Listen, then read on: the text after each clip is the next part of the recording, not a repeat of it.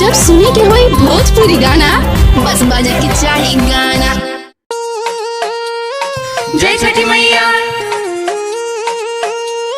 जय जय मैया।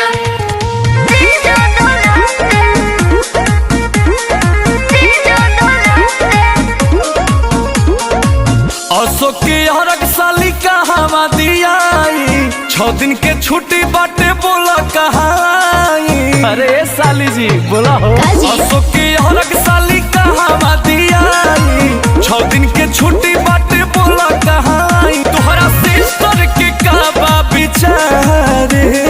ए जीजू सुनी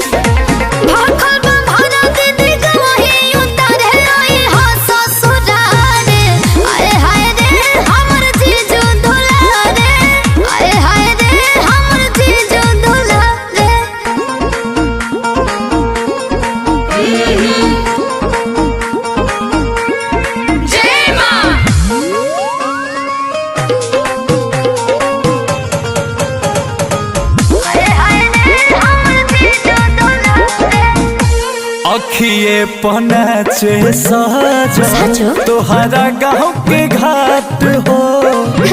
पियर पियर पेन्ही के दिया चलल जाई घाट हो।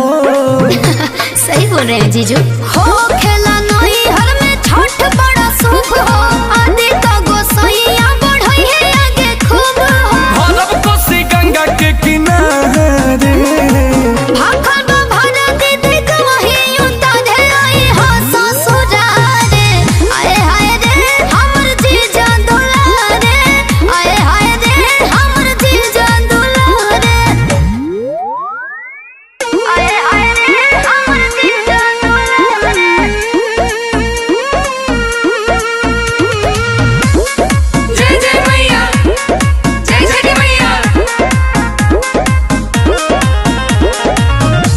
करतानी कोशिश टिकट ले ली आज के।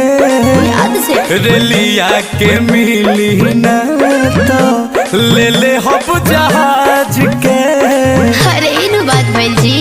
अखिले सुबह राजा कइलो दिल खुश हो। जुगे जुगे जियो हमर जीजू अंकुश हो। संगे चली सारा परिवार। भाखल बाबा देती गवही उतारे आई हो ससुरारे।